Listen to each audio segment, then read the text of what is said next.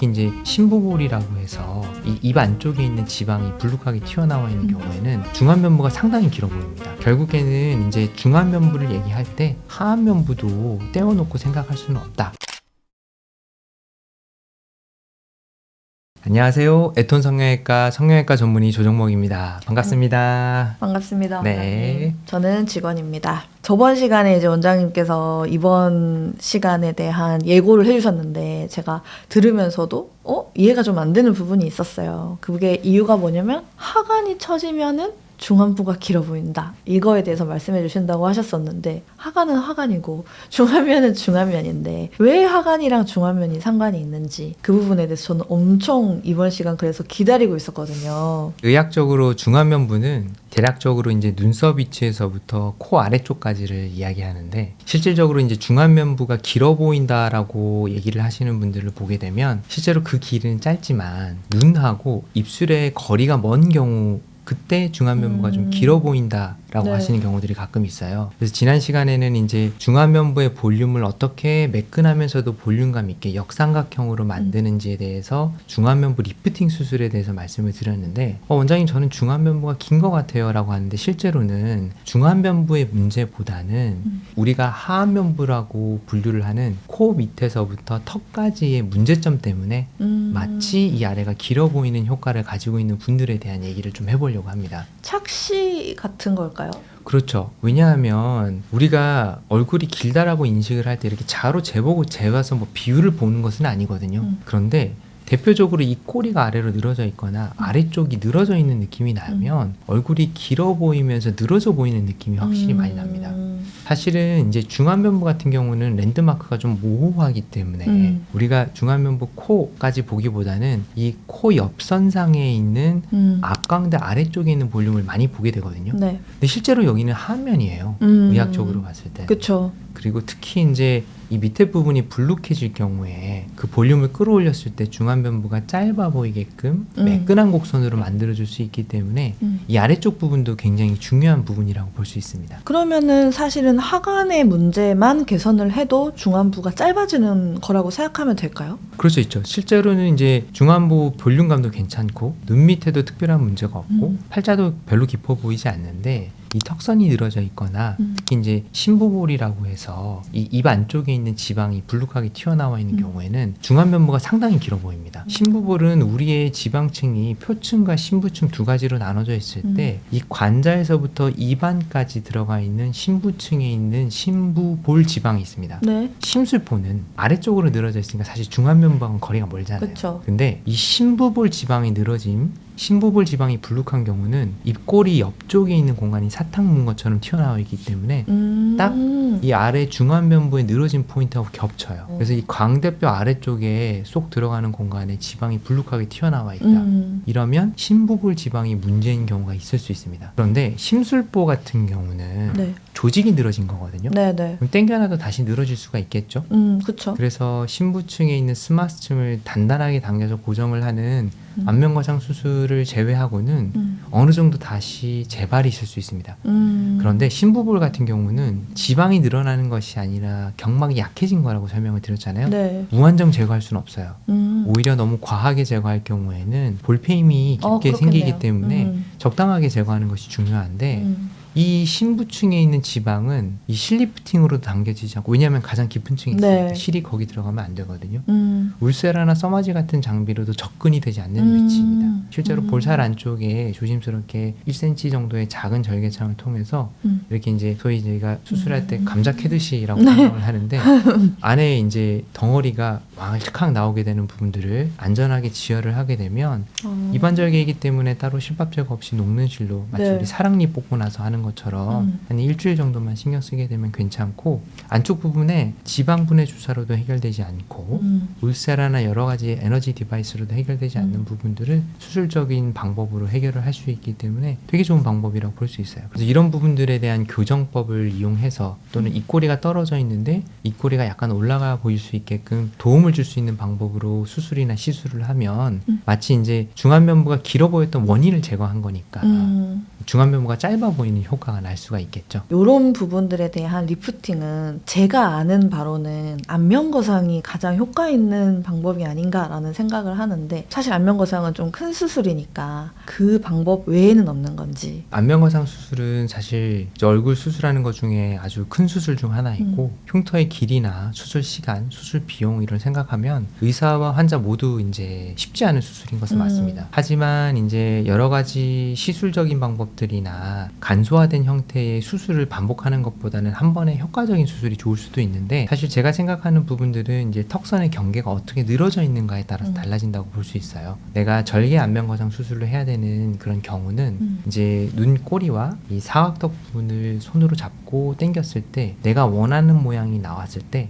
이 뒤쪽에 남아있는 살이 1cm 이상 잡히게 되면 사실 그거는 어느 정도 이제 피부의 절제가 필요한 상황이기 때문에 그렇죠. 안면거상 수술이 훨씬 효과적일 수 있습니다. 조금 나이대가 많지 않으신 분들은 턱선이 늘어졌다라고 얘기를 하시는데, 사실 그게 턱선이 늘어지지 않은 다른 원인이 있는 경우도 있고 늘어졌다고 하더라도 조금 더 간소화된 방식으로 개선을 할 수 있는 경우들이 있습니다. 예를 들자면 이제 마리오네트 주름이나 아래쪽에 약간의 늘어진 느낌이 조금만 교정돼도 좋은 경우에는 사실 이 아래쪽에 있는 볼륨을 타이트닝하기 위한 울세라가 도움이 될 수도 있고, 그리고 절개 없이 실리프팅을 이용해서 도움을 줄 수도 있습니다. 그리고 조금 더 적극적으로 하기 위해서는 이제 저희가 하는 미니맥스 리프팅이라고 해서 측두부의 작은 절개창을 통해서 아래쪽에 있는 스마스층을 당기는 형태로 수술을 해드릴 수가 있는데요. 아무래도 절개의 범위가 넓어지고 박리의 범위가 넓어지고 당기는 범위가 넓어질수록 효과는 좀 더 극적이지만 수술에 대한 시간 그리고 비용, 회복에 드는 기회비용이나 흉터의 길이 같은 것들이 좀 거기에 비례해서 늘어나는 부분이 있을 수가 있죠. 가끔 보면 이제 이런 울세라나 실리프팅 같은 경우는 영구적으로 문제를 해결해 줄 수 있는 것은 아니기 때문에 그렇죠. 반복 주기가 좀 중요한 편이거든요. 네. 그래서 이제 최소한 제가 두는 간격은 울세라는 6개월 이상의 간격을 뒀으면 좋겠고, 실리프팅은 최소 1년 이상의 간격, 미니맥스 같은 경우에는 적어도 한 3년 정도의 간격을 두는 것이 좋고, 안면거상은 일반적으로 생각하기에는 10년 이상 간다고 저는 보기 때문에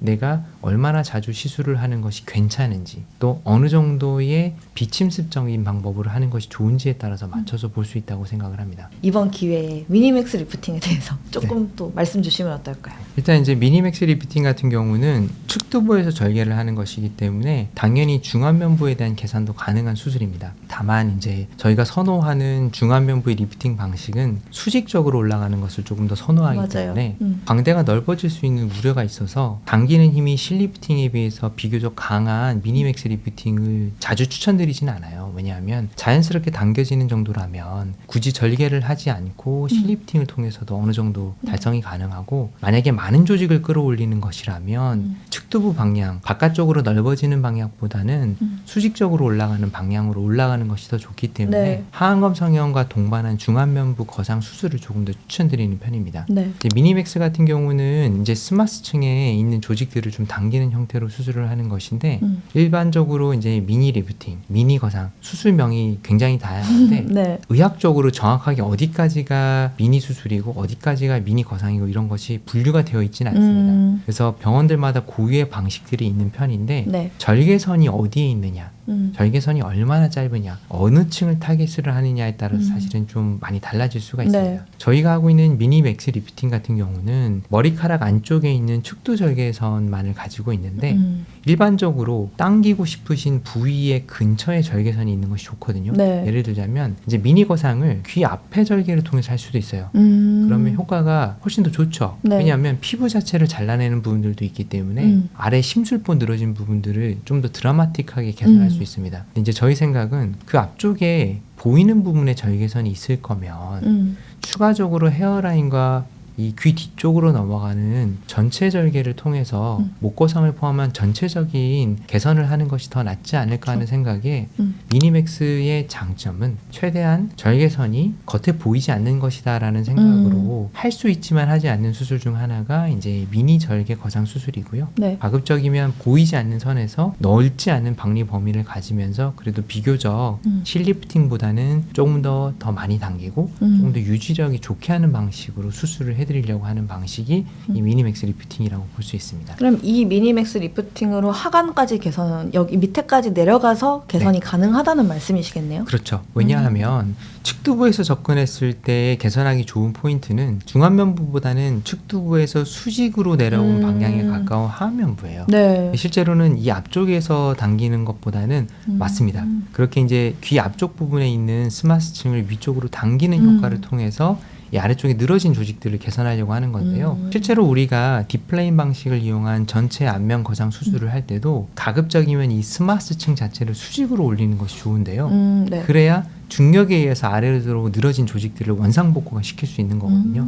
그래서 바깥쪽 방향으로 벡터를 가지고 있는 그런 당기는 리프팅 방향보다는 가급적이면 수직 방향으로 하려고 하는 거죠. 그래서 우리가 중안면부는 앞쪽에 있잖아요. 그러니까 앞쪽에서 가장 가까운 수직거리에 있는 눈 밑에서 수술을 해서 당기고 바깥쪽 부분에서 당겼을 때 효과가 볼 수 있는 하안면부는 이제 측두부에 보이지 않는 그런 작은 절개선을 통해서 개선을 해보려고 하는 것이죠. 중안면부하고 관련해서 하안면부와 중안면부 경계선상에서 좀 신경을 써야 될 부분은 제가 봤을 땐 가로폭이라고 생각을 해요.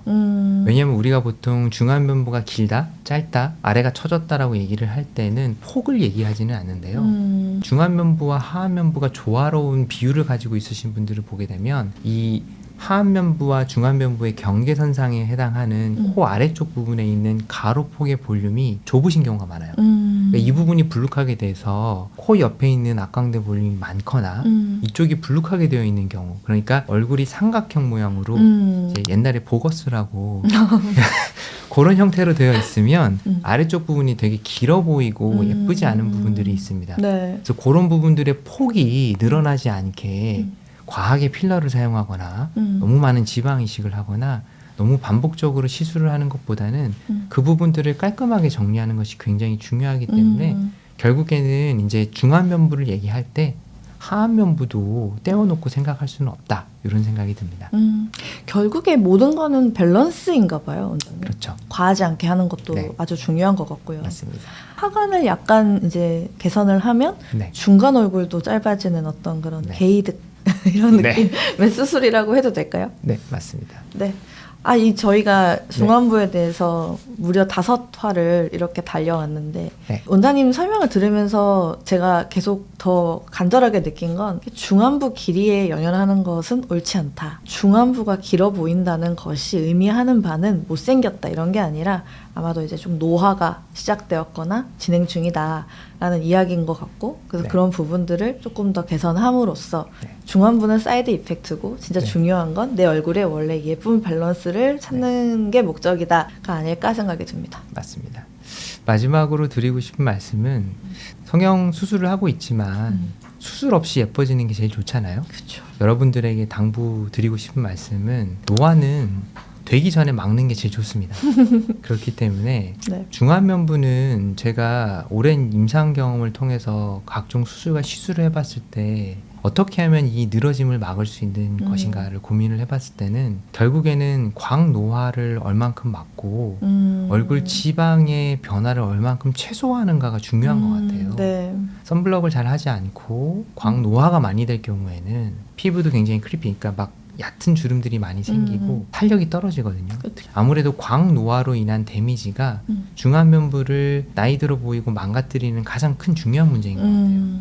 두 번째는 다이어트 또는 체중의 증가인데 네. 체중의 변화량이 너무나 많으신 분들, 살이 쪘다 빠졌다 또는 너무 갑작스럽게 빠지는 분들 같은 경우는 이 피부 밑에 있는 연부 조직이 정상적이지 않은 경우가 많습니다. 따라서 어느 정도 좀 일정한 체중을 유지하시고 건강식을 통해서 건강한 신체 상태를 유지하시는 것이 결국에는 건강한 중안면부를 오래 유지할 수 있는 부분이라고 생각을 하기 때문에 그런 노화가 되는 것을 가속화되지 않도록 막는 방법에 대해서도 신경을 쓰시고 우리는 최대한 늦게 만나는 것으로 하면 좋을 것 같습니다. 알겠습니다. 너무 좋은 말씀이셨습니다. 네.